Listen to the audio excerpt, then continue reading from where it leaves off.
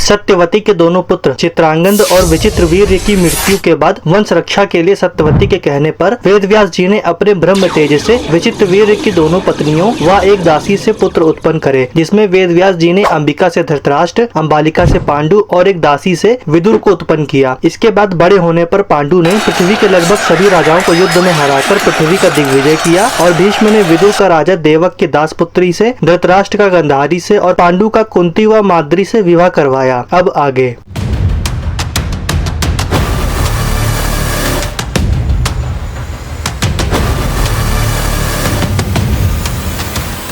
वैशंपायन जी ने बताया कि एक बार व्यास जी हस्तिनापुर आए, जहां उनकी सेवा गांधारी ने की। तब उन्होंने उनसे कहा कि वह उनसे वर मांग ले, जिस पर गांधारी ने 100 पुत्र होने का वर मांगा। इससे गांधारी को सही समय आने पर गर्भ हुआ और वह गर्भ पूरे 2 साल तक पेट में ही रुका रहा। इसी बीच कुंती के गर्भ से युधिष्ठिर का जन्म हो चुका था, जिससे स्त्री स्वभाववश गांधारी घबरा गई और उसने अपने पति धृतराष्ट्र से छुपाकर गर्भ को गिरा दिया, जिसके कारण उसके पेट से लोहे के गोले के समान एक मांसपिंड निकला। 2 साल पेट में रहने के बाद भी इस तरह का काढ़ापन देखकर गांधारी ने उसे फेंक देने का विचार किया और वैसे ही वेदव्यास जी ने अपनी योग शक्ति से जानकर झटपट वहां पहुंच गए और गांधारी को ऐसा करने से रोका और बोला कि जब मैंने तुम्हें 100 पुत्र होने का वरदान दिया है तो वह जरूर पूरा होगा, क्योंकि मेरा वर सत्य है। अब तुम एक काम करवाओ और चटपट 100 कुंड बनवाकर उन्हें घी से भर दो और सुरक्षित स्थान पर रख दो। फिर खुद व्यास जी ने इस मांस पिंड पर ठंडा पानी छिड़का और जैसे ही उस मांस पिंड पर ठंडा पानी पड़ा, वैसे ही उसके 100 टुकड़े हो गए। हर एक टुकड़ा अंगूठे के पैरुए के बराबर था और उसमें से एक टुकड़ा 100 से भी अधिक भी था। फिर व्यास जी ने कहा, अब हर एक टुकड़े को अलग अलग कुंड में रख दो और इन्हें पूरे 2 साल बाद खोलना। इतना कहकर वे वहाँ से चले गए। फिर 2 वर्षों बाद उन कुंडों में से सबसे पहले दुर्योधन का जन्म हुआ, फिर उसके बाद बाकी अन्य पुत्रों का जन्म हुआ और जो एक टुकड़ा अधिक था उसमें से एक कन्या का जन्म हुआ, जिसका नाम दुशाला था। बाकी जिस समय दुर्योधन का जन्म हुआ था, उस समय वन में कुंती के गर्भ से महाबली भीम का भी जन्म हुआ था। अब इधर दुर्योधन के जन्मते ही वह गधे की तरह रोने लगा और यह शब्द सुनकर भेड़िए और कौवे आदि जोर जोर से चिल्लाने लगे। आंधी चलने लगी और कई जगहों पर आग भी लग गई। इन उपद्रवों से भयभीत होकर धृतराष्ट्र ने भीष्म, विदुर, ब्राह्मणों आदि सभी से कहा, पांडु पुत्र युधिष्ठिर सबसे बड़ा है, उसे तो उसके गुणों के कारण ही राज्य मिलेगा। इस संबंध में मेरे इस पुत्र को राज्य मिलेगा या नहीं? अभी धृतराष्ट्र अपनी बात बोल ही रहे थे कि फिर से मांस भोजी जंतु चिल्लाने लगे। इस अमंगल को देख और सुनकर विदुर बोले, राजन, आपके इस बड़े बेटे के जन्म के समय जैसे अशुभ लक्षण प्रकट हो रहे हैं, उससे यह पता चलता है कि आपका यह पुत्र कुल का नाश करने वाला होगा। इसलिए आप इसे त्याग दें, इसमें ही शांति है। और यदि आप अपने कुल का कल्याण चाहते हैं तो 100 में 1 कम ही सही, ऐसा समझकर इसे त्याग दीजिए और अपने कुल व पूरे जगत का मंगल कीजिए। लेकिन सबके समझाने बुझाने पर भी धृतराष्ट्र पुत्र स्नेह के कारण दुर्योधन को त्याग न सके। इन्हीं सब में जब गांधारी पेट से थी तब धृतराष्ट्र की सेवा नहीं कर पाती थी, इसलिए उन दिनों में एक वैश्य कन्या ही धृतराष्ट्र की सेवा करती थी, जिससे धृतराष्ट्र को युयुत्सु नाम का भी पुत्र हुआ।